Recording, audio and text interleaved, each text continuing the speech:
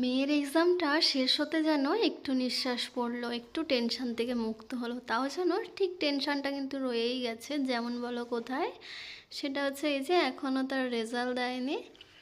তো যাই হোক, গুড মর্নিং এভরিওয়ান, কেমন আছো? আশা করছি ভালো আছো। আমরাও ভালো আছি। যে যেখানে আছো সবাই অনেক ভালো থাকো।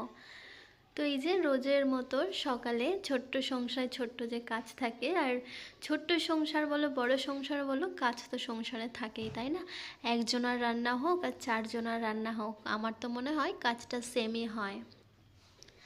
তো এই যে সকালবেলা উঠেছি, উঠে একটু ফ্রেশ হয়ে কিছু খাওয়া দাওয়া করে নিয়েছি। খাওয়া দাওয়ার পরে ঘর টরগুলো মুছে নিয়ে এই যে থালা বাসনটাও মেজে নিয়েছি। আর আমি না ফ্লিপকার্ট থেকে ডিম অর্ডার করি, ডিম আর পেঁয়াজ। কিন্তু এবারে না ফ্লিপকার্ট একদম ভালো দেয়নি, না ডিমটা ভালো দিয়েছে আর না পেঁয়াজটা ভালো দিয়েছে, একদম কিছুই ভালো আসেনি। তো তারপরে কি করব, ভাবলাম চলো এইবারটা নিয়েছি আর নেব না।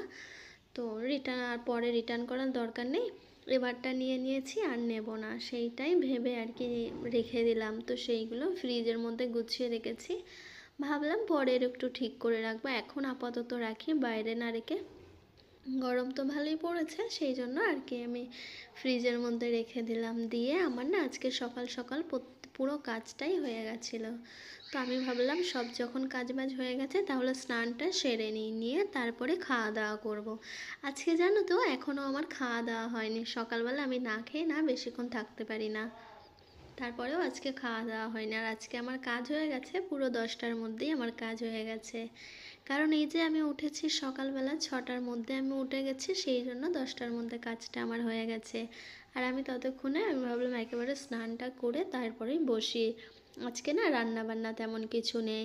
আর মেয়েকে স্নান করাবো ওই 11:30 পৌনে 12টার সময়, কারণ ও তো খেলা করবে, ও তো আমার মতো আর খাটে বসে থাকবে না। সেই জন্য না ওকে স্নানটা তখন এত তাড়াতাড়ি করায়নি, কারণ ও আবার ধুলো টুলো মেখে নেবে।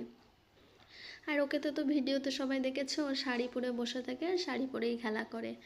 তো সেই জন্য ভাবলাম আবার ওকে ধোয়াতে হবে, ওই জন্য আমি তাকে আর ধোয়ালাম না। তো এই যে এদিকে আমি তোমাদের সাথে গল্প করতে করতে দেখো স্নান ট্যান সেরে সব কিছু সেরে চলে এলাম, এসে নিজে ফ্রেশ হয়ে নিচ্ছি। কারণ না স্নানের পরে যদি কিছু ময়শ্চারাইজার বা কোনো ক্রিম বা কিছু সানস্ক্রিন না লাগাই না, মুখটা ঠিক টান টান ধরতে থাকে আর ঠিক ভালো লাগে না। সেই জন্য আমি নিজে এদিকে সব কিছুটা রেডি করে নিলাম।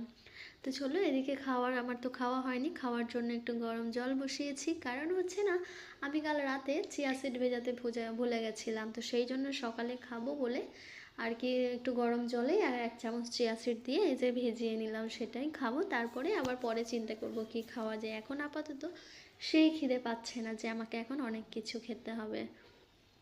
এটা গরম জলে সকালবেলা ভেজিয়ে খেলে রাতে ভিজিয়ে রাখলে ভালো হয়। এই যে আমি ভুলে যাই মাঝে মধ্যে ভেজাতে, সেই জন্যই আর কি খাওয়া হয়নি। আর ওইটাই সকালবেলা ভেজিয়ে দিলাম।